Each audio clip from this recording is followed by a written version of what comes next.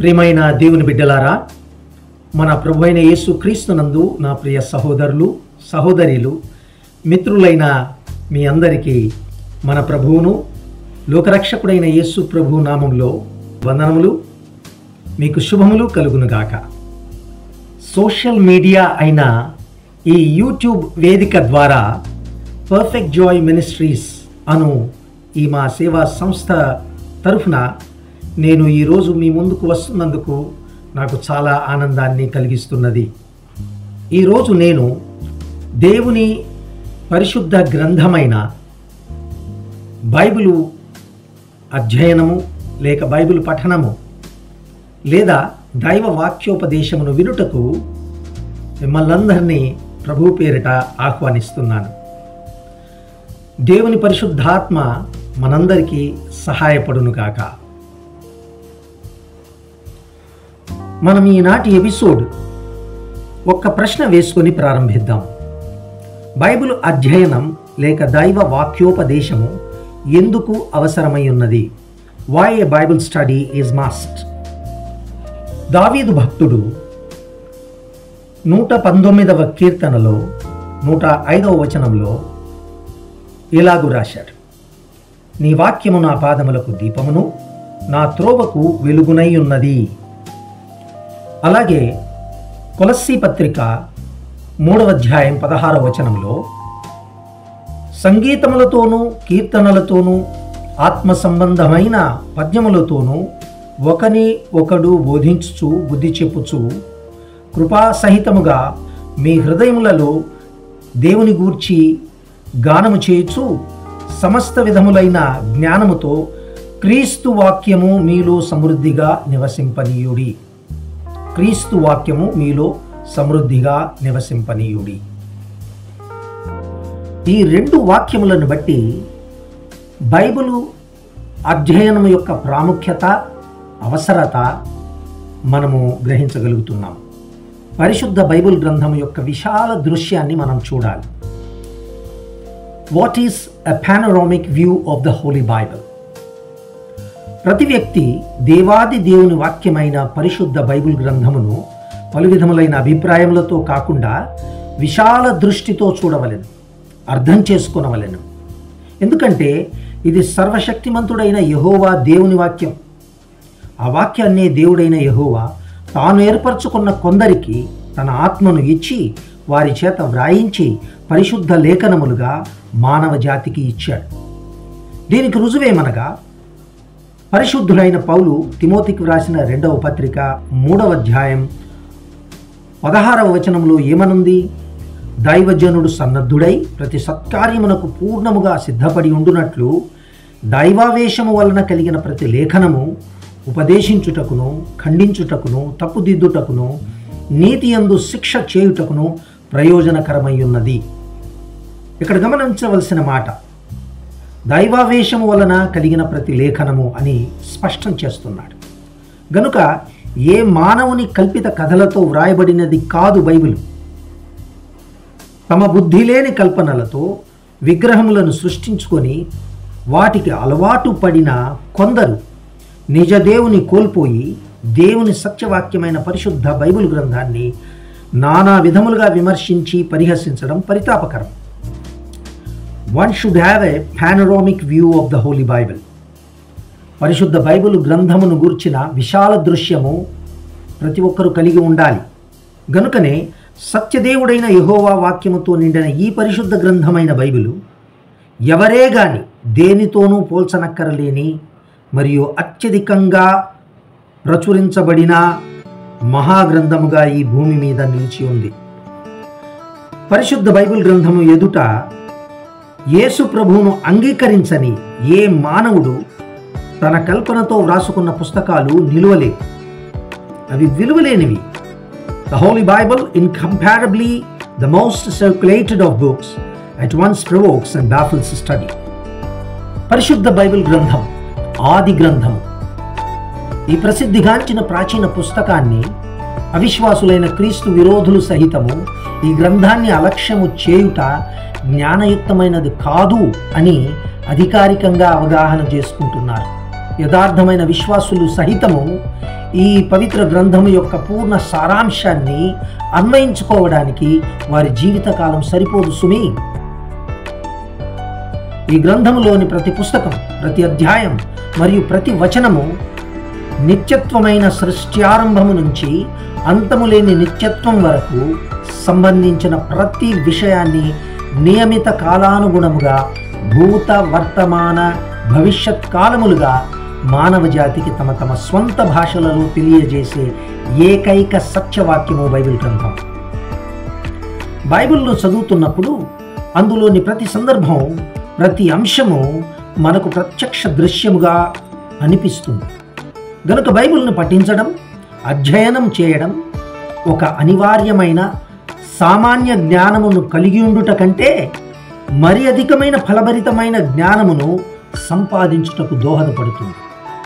పరిశుద్ధ బైబిల్ గ్రంథము సంపదలకు గని, మహిమతో నిండిన ఆ పరలోకం లాంటిది. కొన్ని విషయాలు నేను మీతో ఈ సందర్భంగా చెప్పదలుచుకున్నాను. ప్రప్రథంగా యావత్తు బైబిలు ఒక్క గ్రంథమే. The Bible is one book. కాలమును బట్టి పాత నిబంధన మరియు క్రొత్త నిబంధనగా విభజింపబడి 66 లేఖనాలు కలిగిన బైబిలు ఒక్క గ్రంథమే. I repeat, the Bible is one book. ఈ ఐక్యతను 7 గొప్ప ఆనవాలు ఆమోదిస్తున్నవి. మొదటి ఆనవాలు, ఆదికాండము నుండి బైబిలు దేవుడు ఒకడే అని తెలియజేస్తున్నది. బైబిలులో దేవుడు ఎక్కడ మాట్లాడినా, ఏ కార్యము చేసినా తన యందు తానై ఉండి తనను బయలుపరుచుకుంటున్నాడు. రెండవ ఆనవాలు, బైబిలు రూపొందించబడిన ఒక వాస్తవ కథను కొనసాగిస్తుంది. ఆ వాస్తవ కథ ఏదనగా మానవ ఉనికి దేవునితో అనుసంధానమైనదని. మానవ ఉనికి దేవునితో అనుసంధానమైనదని చెప్పే ఒక కథ. మూడవ ఆనవాలు, గడిచిన శతాబ్దాలలో ఆయా కాలమును బట్టి జరిగిన ఊహించని పరిణామాలను భవిష్యవాణిగా చెప్పినవి, నెరవేరినట్లు నిరూపించినది బైబిల్ గ్రంథం. అవి చరిత్రలో లిఖించబడ్డాయి. నాలుగవ ఆనవాలు, దాచబడిన సత్యమును బహిర్గతం చేసి కొనసాగుతున్న గ్రంథము బైబిలే. ఉన్నట్టుండి ఒకేసారి అన్నీ చెప్పేసినవి, ఒక్కసారికి మాత్రమే చెప్పి ఇక ఆపేసినవి ఇందులో ఏమీ లేవు. Nothing is told all at once and once for all. బైబిలులో దేవుని నియమము ఏమిటనగా, మొదట కడవలి, తరువాత చేను, తరువాత మొక్కజొన్న. కాలానుసారమైన సందర్భములను బట్టి దేవుడు తన ప్రణాళికలను, మానవుల పట్ల తన ఉద్దేశ్యములను తన ప్రజలకు తెలియజేస్తూ తాను ఎన్నుకొనిన వ్యక్తులకు తన ఆత్మను ఇచ్చి వాటిని జరిపించి నెరవేర్చి భూమి మీద కలుగబోవు జరగబోవు సంగతులను తెలియజేసినదే దేవుని పుస్తకమైన ఈ బైబిల్ గ్రంథం. ఇక ఐదవ ఆనవాలు, బైబిల్ ప్రారంభము నుండి ముగింపు వరకు విముక్తి లేక విమోచన అనే ప్రధానమైన విషయాన్నే ఒక్కాణిస్తున్నది. From beginning to end the Bible testifies to one redemption. ఆరవ ఆనవాలు, ప్రారంభం నుండి ముగింపు వరకు బైబిల్ యొక్క మహోన్నతమైన ఇతివృత్తం అనగా థీమ్ యేసు క్రీస్తు మరియు ఆయన కార్యము.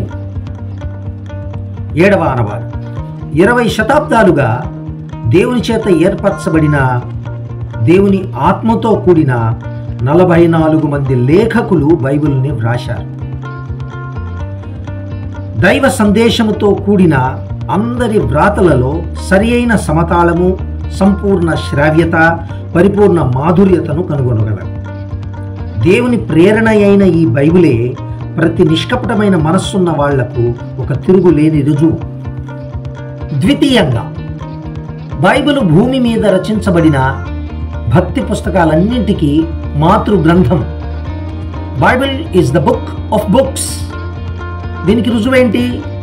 బైబిల్లోని 66 లేఖనములు కలిసి ఒక గ్రంథం. పరిశుద్ధ బైబిల్ గ్రంథములోని 66 లేఖనాలలో 1189 అధ్యాయాలు, 31,102 వచనాలు ఉన్నప్పటికీ బైబిలు ఒక గ్రంథమే. దేవుడు పలు రకాల వేదాలు రాయించుకోలేదు.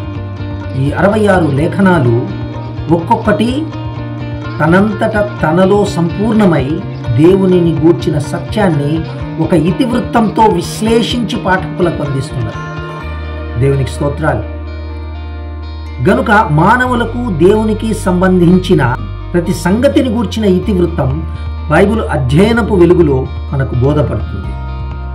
అనగా మరో విధంగా అర్థం చేసుకోవాలంటే ఒక ఉదాహరణ, ఆదికాండము ఆదియందు నుండి ఏమి సంభవించినవో తెలియజేయలేదు. మత్తయి సువార్త యేసుక్రీస్తు ప్రభువును రాజుగాను రాజులకు రారాజుగాను చూపించిన సువార్త.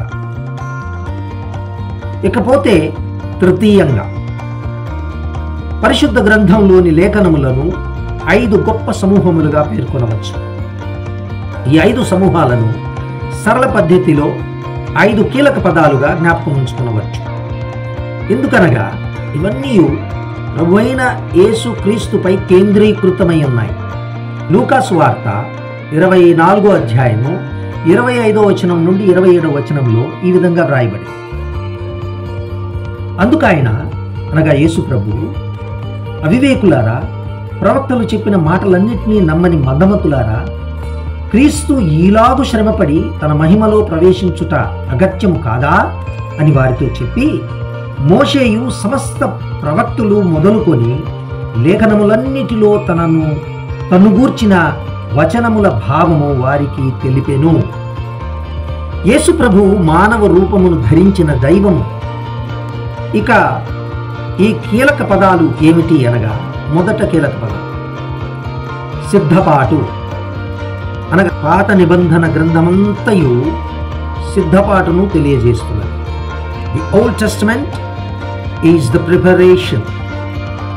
రెండవది వ్యక్తీకరణ లేక బయల్పరచుట. 4 సువార్తలు. ఇందులో 4 సువార్తలు వస్తున్నాయి. Manifestation, that is gospels. మూడవ కీలక పదం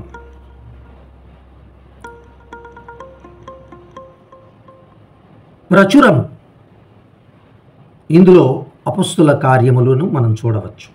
ప్రొపగేషన్, బుక్ ఆఫ్ యాక్ట్స్. నాలుగవ కీలక పదము వివరణ, అనగా పత్రికలు అని చెప్పవచ్చు. Explanation, the episodes. 5వ కీలక పదం సంపూర్ణము అగుట, అనగా పూర్తి కావడం. ఇంగ్లీష్లో కన్సమ్మేషన్, ది అపోకలిప్స్. అంటే లోక వినాశనము లేక ప్రపంచం అంతమగుట అని చెప్పవచ్చు. మొదటిది సిద్ధపాటు అనగా పాత నిబంధన, రెండవది వ్యక్తీకరణ లేక బయలుపరుచుట అనగా 4 సువార్తలు, మూడవది ప్రచురము అనగా అపొస్తల కార్యములు, నాలుగవది వివరణ అనగా పత్రికలు, 5వది సంపూర్ణమగుట అనగా ముగింపు, ప్రపంచాంతము. ఈ విషయాన్ని మరొక విధంగా పరిగణించాలంటే పాత నిబంధనలోని లేఖనాలన్నీ క్రీస్తుకు సిద్ధపాటుగా ఉన్నాయి. సువార్తలు ఆ క్రీస్తును లోకానికి బయలుపరుస్తున్నవి. అపొస్తల కార్యములు ఆ క్రీస్తును గూర్చిన సువార్తను ప్రపంచానికి ప్రచురపరుస్తున్నవి. పత్రికలు ఆయన సువార్తను వివరిస్తున్నది. మరియు బైబిల్లోని ఆఖరి లేఖనమైన ప్రకటనలో దేవుని సకల ఉద్దేశ్యములు క్రీస్తులో మరియు క్రీస్తు ద్వారా ప్రపంచ అంతము కావడము సంపూర్ణమగుట చూస్తున్నాము. All the purposes of God in and through Christ are consummated. గనుకనే బైబిల్ అధ్యయనము లేక బైబిల్ పఠనము లేక దైవ వాక్యోపదేశము ప్రతి క్రైస్తవునికి మరియు ప్రతి మానవ జాతికి కూడా చాలా ప్రాముఖ్యమైనది, అవసరమైనది. మిత్రులారా, ప్రభునందు సహోదర సహోదరులారా, ఈనాటి ఈ ఎపిసోడ్ కేవలం బైబిల్ అధ్యయనంను గూర్చి పరిచయము మరియు ఉపోద్ఘాతములోని ఒక భాగం మాత్రమే. ప్రభు చిత్తమైతే నెక్స్ట్ వీడియో ఎపిసోడ్లో మెయిన్ బైబిల్ స్టడీని ప్రారంభిద్దాం. అందరికీ వందనములు.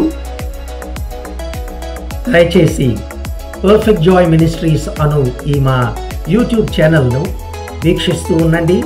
దీని ద్వారా కూడా ఆత్మీయ మేలులు పొందుకొనండి. ప్రభువైన యేసుక్రీస్తు కృప మనందరికీ తోడయుండును గాక. ఆమేన్.